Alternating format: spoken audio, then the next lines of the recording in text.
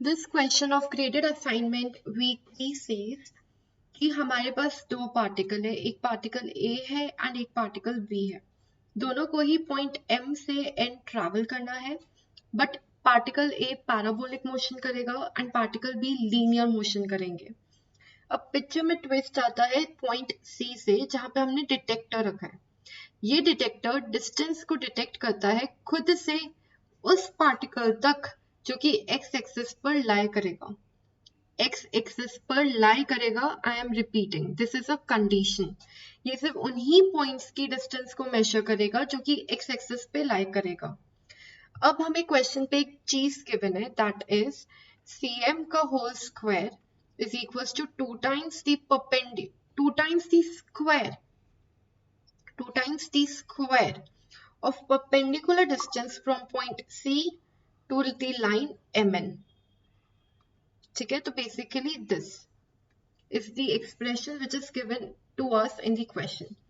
Finally हमसे question पूछ रहा है कि C कौन सी मिनिमम डिस्टेंस को डिटेक्ट करेगा पार्टिकल A की. तो देखो, लॉजिकल बात है कि पार्टिकल A एक्स एक्सिस पे कब कब आएगा, पहले तो ये देख लो. तो एक तो ये इस वाले पॉइंट्स पे आएगा और एक ये इस वाले पॉइंट पे आएगा. अब इन दोनों में से मिनिमम कौन सा है पार्टिकल C से, तो वो है B वाला. तो finally I have to calculate the distance BC in this question. अब इस डिस्टेंस को कैलकुलेट करने के लिए I need to have the coordinates of C and coordinates of B. But since C lies on the x-axis, y coordinate तो इसका 0 ही हो गया. डन. तो इजिली मुझे C और B के कोऑर्डिनेट मिल जाएंगे. मैं ओरली इसका डिस्टेंस बता दूंगी, which is the value of K. तो चलिए ये जल्दी से क्वेश्चन कर लेते हैं. अब ये क्वेश्चन करने के लिए पहले हम ये एक्सप्रेशन सॉल्व करते हैं. इस एक्सप्रेशन के लिए I need a perpendicular distance. तो परपेंडिकुलर डिस्टेंस को कैलकुलेट करने का फॉर्मूला क्या होता है, आई होप आप सबको याद होगा. So this is the formula to calculate the perpendicular distance. We have to directly calculate the square of it. अब उसके पहले एक और समस्या आ गई है, और वो ये है कि हमारे पास लाइन की इक्वेशन ही नहीं है. हमें लाइंस के दो पॉइंट गिवन है. तो चलिए पहले पॉइंट लाइन की इक्वेशन निकाल लेते हैं. So mn, where m is -2, -3 and n is 1, 0, and we have to find the equation of this line. So the equation will be this.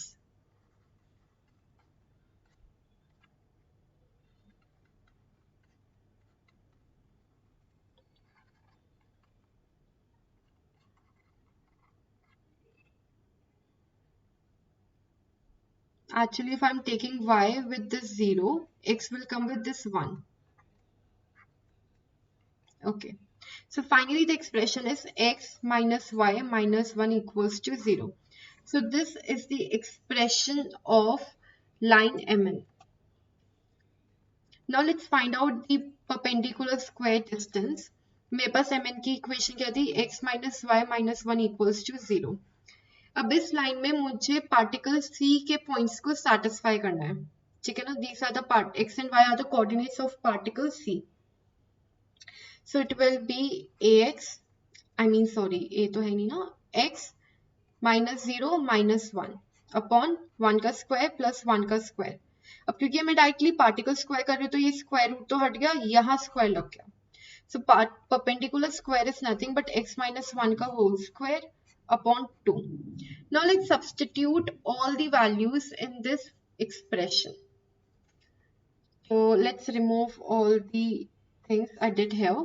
So basically मेरे पास perpendicular square क्या आया, x minus 1 का whole square by 2.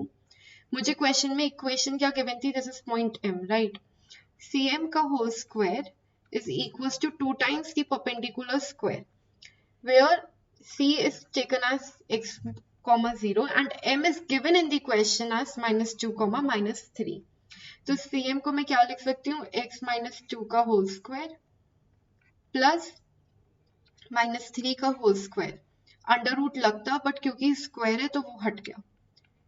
2 times the perpendicular square. Let's solve this to get the value of x, and as soon as I get the value of x, I will get the coordinate of point C. As easy as that. Okay, so let's solve it first.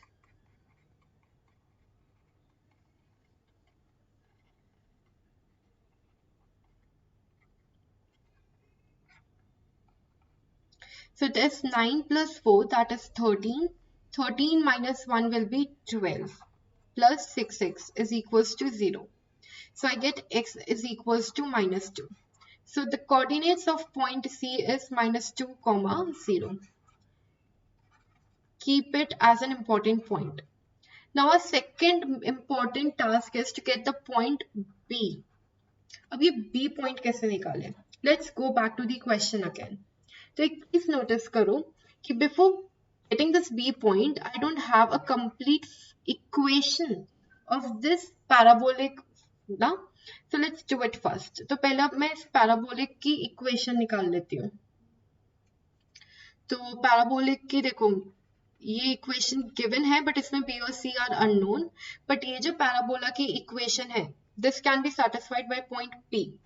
तो P में क्या है, y की value जब 1 है तो x की value 0 है, तो इससे मेरे पास डायरेक्टली c की वैल्यू आ गई.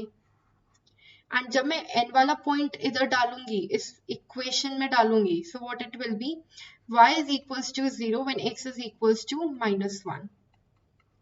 तो इससे b प्लस सी आ गया 1 के बराबर, but since c is equals to 1, b will be equal to 0. तो देखो कितनी आसानी से मेरे पास b और c की वैल्यू भी आ गई. Now I have the complete quadratic equation that is minus का x square plus 0 plus 1 equals to 0. x की यहाँ से वैल्यू आ जाती है प्लस -1. तो basically 1, 0 and -1, 0 are the two roots of this quadratic equation. Now 1, 0 is point N. Obviously -1, 0 will be point B which we have to find out. तो भाई C के coordinate आ गए that is -2, 0. B के coordinates आ गए that is -1, 0. इसके बीच की distance बताओ. And when I'm talking about distance, I'm only asking for the magnitude. So the magnitude or the distance between point B and C is 1 unit. तो हमारा जो answer है इस क्वेश्चन का दैट इज 1.